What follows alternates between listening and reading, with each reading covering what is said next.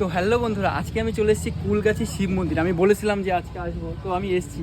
এসে দেখতে পাচ্ছি জায়গাটার জাস্ট একটা আলাদাই view। একটা পুকুরের মধ্যে শিব মন্দির।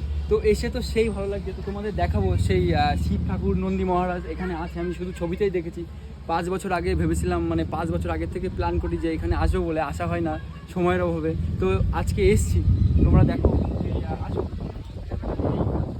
ক্যামেরাটা আমার কাছে দাও, আমি ক্যামেরাটা করি। তো তোমরা দেখো কত সুন্দর, এখনো সূর্য উপরে আছে। এটা পুকুর।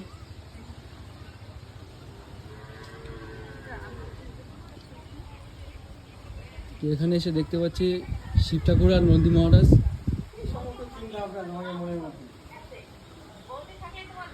দেখ, এখানে আসলে তোমাদের ভালো লাগবেই, এত সুন্দর জায়গা। ঠিক আছে, তো আমি এসেছি, তোমরা তো দেখলে। আর আমার সঙ্গে এসছে ভাই। আমার ভাই এডিটিংয়ে ব্যস্ত, সারাদিন শুধু মানে কি বলবো, ভিডিও করে আর এডিটিং করে। ও ভিডিও ছাড়তে হবে হয়তো একটু পরেই, তার জন্য মানে খুব চাপ। আমার একটা ছবিও তুলে দিচ্ছে না, ভিডিও করে দিচ্ছে না। তাই আমি ওর কাছ থেকে ক্যামেরাটা নিয়ে নিলাম, যাতে ওর ডিস্টার্ব না হয়। তাই আমি নিজেরটা নিজেই করছি।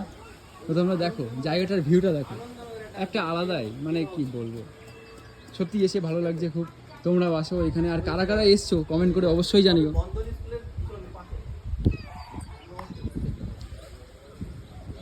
পুকুরের জলটাও সেই সুন্দর লাগছে।